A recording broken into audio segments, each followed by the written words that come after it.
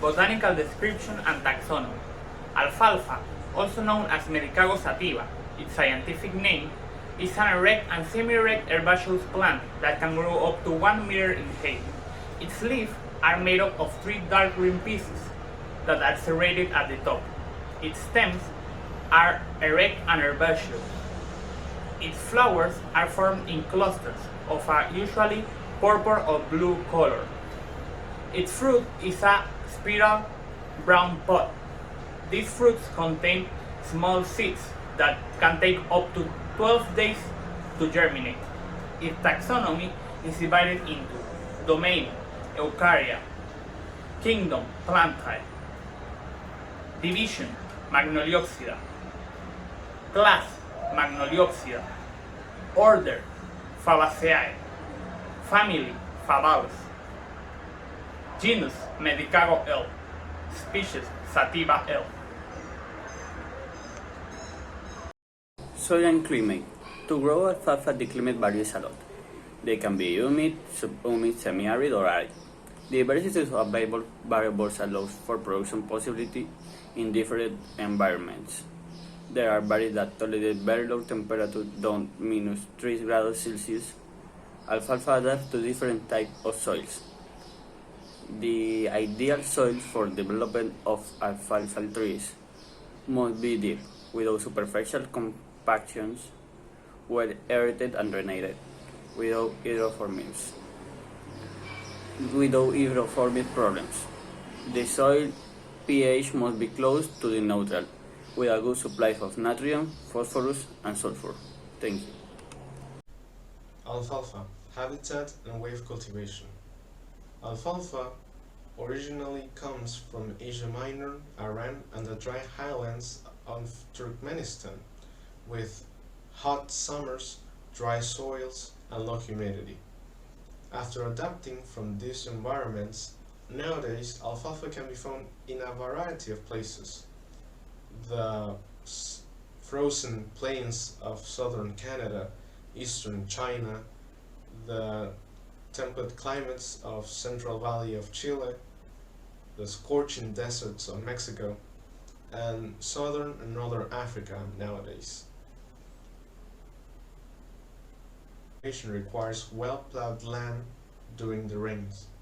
Sowing is done in the month of October to November, during the cold weather, in lines or ridges. It is preferred to sow in ridges as it helps to keep the field free from weeds. Seeds are sown directly in the field after soaking in water, the end of February until April. The crop is good to cut before or immediately after flowering. Good morning, Mrs. Mendoza. Today I'm going to talk about the properties and pests of the alfalfa. Properties. Alfalfa has a high nutritional value since it contains nutrients such as calcium, potassium, iron, phosphorus, among others. At the same time, it is a source of vegetable proteins, digestive enzymes, and vitamins of the B complex, and vitamin C, D, and E. Alfalfa is antibacterial, antioxidant, and anti-inflammatory. They are natural pigments present in vegetables and that protect the body from damage caused by oxidative agents such as ultraviolet rays or chemical substances. Alfalfa can be affected by pests such as flea, greenworm, blackworm, apions, and alfalfa bug. These pests usually affect the leaves and flowers. However, all of them can be controlled using pesticides, both natural and chemical. Thank you. Pesticides use. Within good agricultural practices, the use of synthetic chemical pesticides is essential for the phytosanitary protection of agricultural production. Alfalfa, destined for the production of forage or seeds, forms a particular microclimate that, due to the density of plants and the perennial nature of the crop, constitutes an environment where many species of insects and mites proliferate. Among which it is possible to find some that are pests. Alfalfa allows pests to occur almost uninterruptedly, and in the case of migratory insects, there is an adequate geographical continuity for the seasonal development.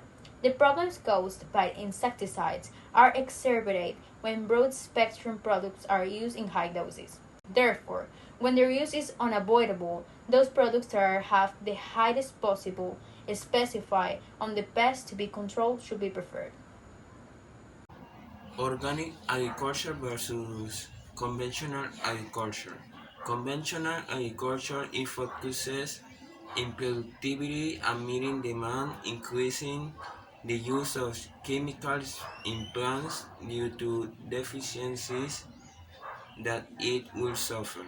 Organic agriculture it is based on production by natural cycles that meeting the needs of the plants, but reducing production for breeding efficiency. Let's see the difference on both.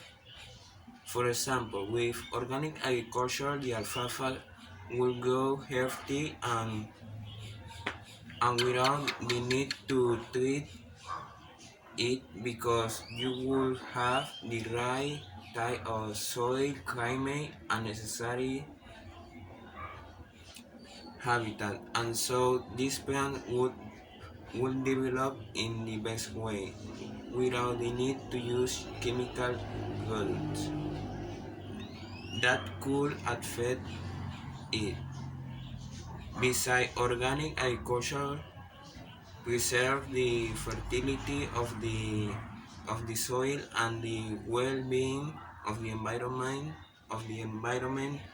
and, and never and nevertheless the production limited, and that's why the cost of the organic products are high.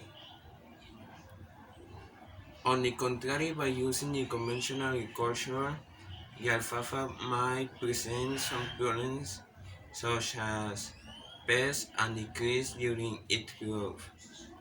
And this problem would be solved with chemical products, but in the long run, these chemicals would affect the quality of the crop and may cause some health products to us. Moreover, with the use of pesticides, the environment is affected by the emission of toxic gases, and however, the demand of alfalfa will be supplied in a more optimal way with a conventional agriculture.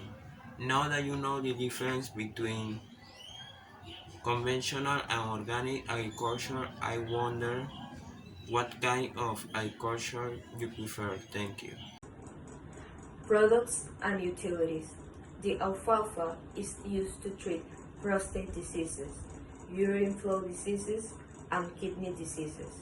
It is also used to treat asthma, high cholesterol, diabetes, and a bleeding disorder called purple thrombocytopenia. Also, the consumption of alfalfa prevents urinary infections, fights anemia, adds strength to the hair, improves osteoarthritis, and relieves menstrual pain. The alfalfa sprouts are generally consumed fresh, like in salads, sandwiches, and fresh water. Soups, stews, and even tortillas can be made. One of its main uses is as a fodder for cattle, sheep, and pigs. Thank you.